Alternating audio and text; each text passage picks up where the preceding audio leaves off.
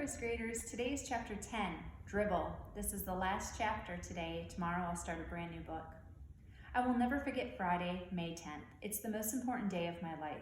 It didn't start out that way. It started out ordinary. I went to school, I ate my lunch, I had gym, and then I walked home from school with Jimmy Fargo. We planned to meet at our special rock in the park as soon as we changed our clothes. In the elevator, I told Henry I was glad summer was coming. Henry said he was too. When I got out at my floor, I walked down the hall and opened the door to my apartment. I took off my jacket and hung it in the closet. I put my books on the hall table next to my mother's purse. I went straight to my room to change my clothes and check Dribble. The first thing I noticed was my chain latch. It was unhooked. My bedroom door was open, and there was a chair smack in the middle of my doorway. I nearly tumbled over it. I ran to my dresser to check Dribble. He wasn't there. His bowl with the rocks and water was there, but Dribble was gone. I got really scared. I thought, maybe he died while I was at school and I didn't know about it. So I rushed into the kitchen and hollered, "Mom, where's Dribble?" My mother was baking something. My brother sat on the kitchen floor, banging pots and pans together. "Be quiet," I yelled at Fudge. "I can't hear anything with all that noise." "What did you say, Peter?" my mother asked me. I said, "I can't find Dribble. Where is he?" "You mean he's not in his bowl?" my mother asked. I shook my head. "Oh dear," my mother said. "I hope he's not crawling around somewhere. You know I don't like the way he smells. I'm gonna have to look in the bedrooms. You check in here, Peter." My mother hurried off. I looked at my brother. He was smiling. "Fudge, do you know where Dribble is?" I asked calmly. Fudge kept smiling. "Did you take him? Did you, Fudge?" I asked not so calmly. Fudge giggled and covered his mouth with his hands. I yelled, "Where is he? What did you do with my turtle?" No answer from Fudge. He banged his pots and pans together again. I yanked the pots out of his hand. I tried to speak softly. "Now tell me where Dribble is. Just tell me where my turtle is. I won't be mad if you tell me. Come on, Fudge, please." Fudge looked up at me. "In tummy," he said. "What do you mean, in tummy?" I asked, narrowing my eyes. "Dribble in tummy," he repeated. "What tummy?" I shouted at my brother. "Dis one," Fudge said, rubbing his stomach. "Dribble in dis tummy, right here." I decided to go along with this game. "Okay, how did he get in there, Fudge?" I asked. Fudge stood up. He jumped up and down and sang, "I ate him, I ate him, I ate him." Then he ran around and ran out of the room. My mother came back into the kitchen. "Well, they just can't find him anywhere," she said. I looked down all the dresser drawers and the bathroom cabinets and the shower and the tub and... "Mom," I said, shaking my head, "how could you?" "How could I what, Peter?" Mom asked. "How could you let him do it?" "Let him do what, Peter?" Mom asked. "Let Fudge eat Dribble," I screamed. My mother started to mix whatever she was baking. "Don't be silly, Peter," she said. "Dribble is a turtle." "He ate Dribble," I insisted. "Peter Warren Hatcher, stop saying that," Mom hollered. "Well, ask him. Go ahead and ask him," I told her. Fudge was standing in the kitchen doorway with a big grin on his face. My mother picked him up and patted his head. "Fudgy," she said to him, "tell Mommy where Brother's turtle is." "In tummy," Fudge said. "What tummy?" Mom asked. "Mine," Fudge laughed. My mother put Fudge down on the kitchen counter where he couldn't get away from her. "Oh, you're fooling Mommy, right?" "No fool." My mother turned very pale. "You really ate your brother's turtle?" Big smile from Fudge. "You mean that you put him in your mouth and chewed him up like this?" Mom made believe she was chewing. "No," Fudge said. Oh, a smile of relief crossed my mother's face. "Of course you didn't. It's just a joke." She put Fudge down on the floor and gave me a look. Fudge babbled, "No chew, no chew, all gone down in Fudgy's tummy." Me and my mother stared at Fudge. "You didn't," Mom said. "Did so," Fudge said. "No," Mom shouted. "Yes," Fudge shouted back. "Yes?" Mom asked weakly, holding onto a chair with both hands. "Yes," Fudge beamed. My mother moaned and picked up my brother. "Oh no, my angel, my precious little baby, oh no." My mother didn't stop to think about my turtle. She didn't even give Dribble a thought. She didn't even stop to wonder how my turtle liked being swallowed by my brother. She ran to the phone with Fudge tucked under one arm. I followed. Mom dialed the operator and cried, "Oh help, this is an emergency. My baby ate a turtle. Stop that laughing," my mother told the operator. "Send an ambulance right away, 25 West 68th Street. Mom hung up. She didn't look too well. Tears were running down her face. She put Fudge down on the floor. I couldn't understand why she was so upset. Fudge seemed to be fine. "Help me, Peter," Mom begged. "Get me the blankets." I ran into my brother's room. I grabbed 2 blankets from Fudge's bed. He was following me around with that silly grin on his face. I felt like giving him a pinch. How could he stand there looking so happy when he had my turtle inside him? I delivered the blankets to my mother. She wrapped Fudge up in them and ran to the front door. I followed and grabbed her purse from the hall table. I figured she'd be glad I thought of that. Out in the hall, I pressed the elevator buzzer. We had to wait a few minutes. Mom paced up and down in front of the elevator. Fudge was cradled in her arms. He sucked his fingers and made that slurpy noise I like, but all I could do was think of dribble. Finally, the elevator got to our floor. There were 3 people in it besides Henry. "This is an emergency," Mom wailed. "The ambulance is waiting downstairs. Please hurry." "Yes, Mrs. Hatcher, of course," Henry said. "I'll run her down just as fast as I can. No other stops." Someone poked me in the back. I turned around. It was Mrs. Rudder. "What's the matter?" she whispered. "It's my brother," I whispered back. "He ate my turtle." Mrs. Rudder whispered that to the man next to her, and he whispered it to the lady next to him, who whispered it to Henry. I faced front and pretended I didn't hear anything. My mother turned around with Fudge in her arms and said, "That's not funny."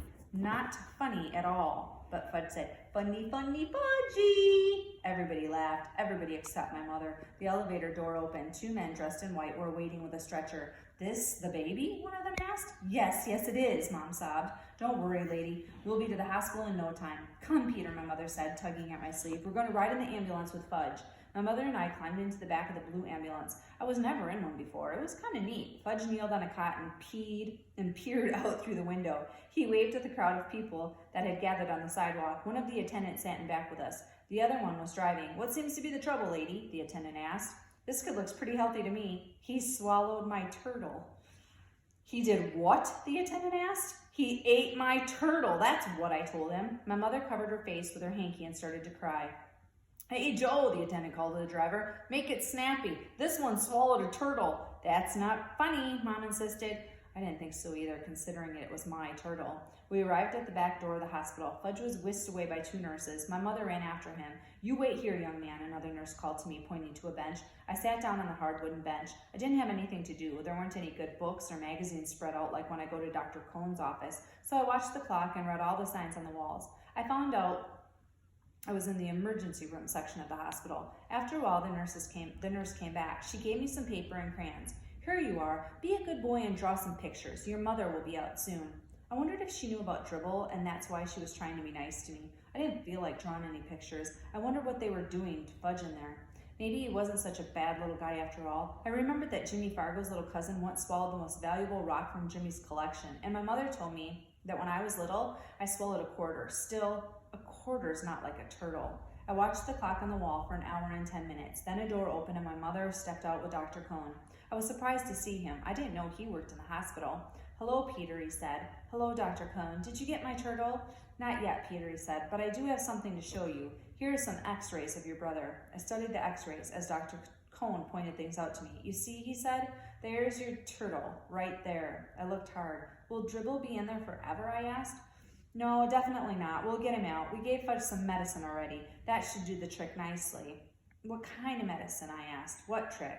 "Castor oil," Peter, my mother said. Fudge took castor oil, and milk of magnesia, and prune juice too. Lots of that. All these things will help to get Dribble out of Fudge's tummy. "We'll just have to wait," Dr. Cohn said. "Probably until tomorrow or the day after. Fudge will have to spend the night here, but I don't think he's going to be swallowing anything that he isn't supposed to be swallowing from now on." How about Dribble?" I asked. "Will Dribble be all right?" My mother and Dr. Cohn looked at one another. I knew the answer before he shook his head and said, "I think you may have to get a new turtle, Peter." "I don't want a new turtle," I said. Tears came to my eyes. I was embarrassed and wiped them away with the back of my hand. Then my nose started to run and I had to sniffle. "I want Dribble," I said. "That's the only turtle I want."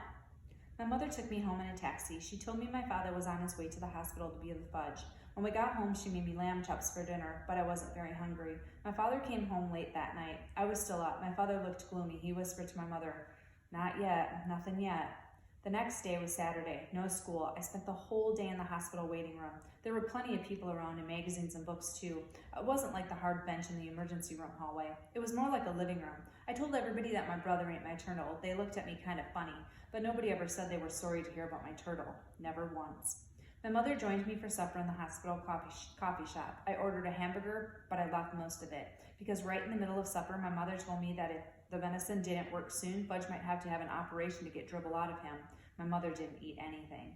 That night, my grandmother came to stay with me. My mother and father stayed at the hospital with Fudge. Things were pretty dreary at home. Every hour the phone rang. It was my mother calling from the hospital with a report. "Not yet. Okay, I see, Grandma repeated. Nothing happened yet. I was miserable. I was lonely. Grandma didn't even notice. I missed Fudge banging his pots and pans together even. In the middle of the night, the phone rang. I woke up and crept out into the hallway to hear what was going on. Grandma shouted, "Whoopee! It's out! Good news at last!" She hung up and turned to me. "The medicine has finally worked, Peter. All that castor oil, milk of magnesia, and prune juice finally worked. The turtle is out." "Alive or dead?" I asked. "Peter Warren Hatcher, what a question," Grandma shouted. So my brother no longer had a turtle inside of him, and I no longer had a turtle.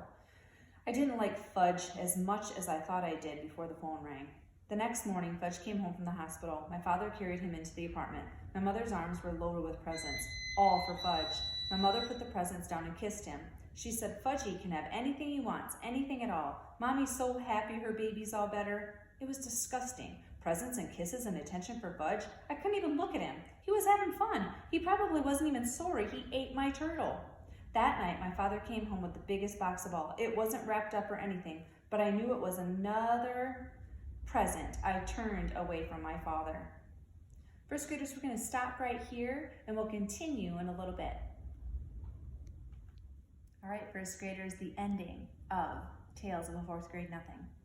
That night, my father came home with the biggest box of all. It wasn't wrapped up or anything, but I knew it was another present. I turned away from my father. "Peter," he said, "this box is a surprise for you." "Well, I don't want another turtle," I said. "Don't think you can make me feel better with another turtle, because you can't."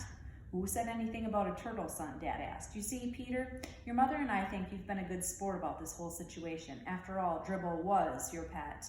I looked up. Could I be hearing right? Did they really remember about me and Dribble? I put my hand inside the box. I felt something warm and soft and furry.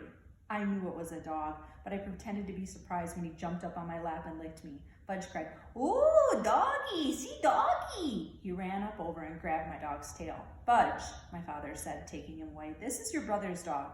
Maybe someday you'll have a dog of your own, but this one belongs to Peter. Do you understand?" Fudge nodded.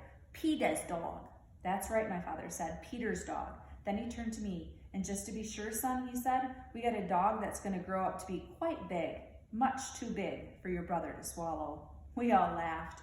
My dog was neat. I named him Turtle to remind me. Hope you enjoyed Tales of a Fourth Grade Nothing. See you tomorrow.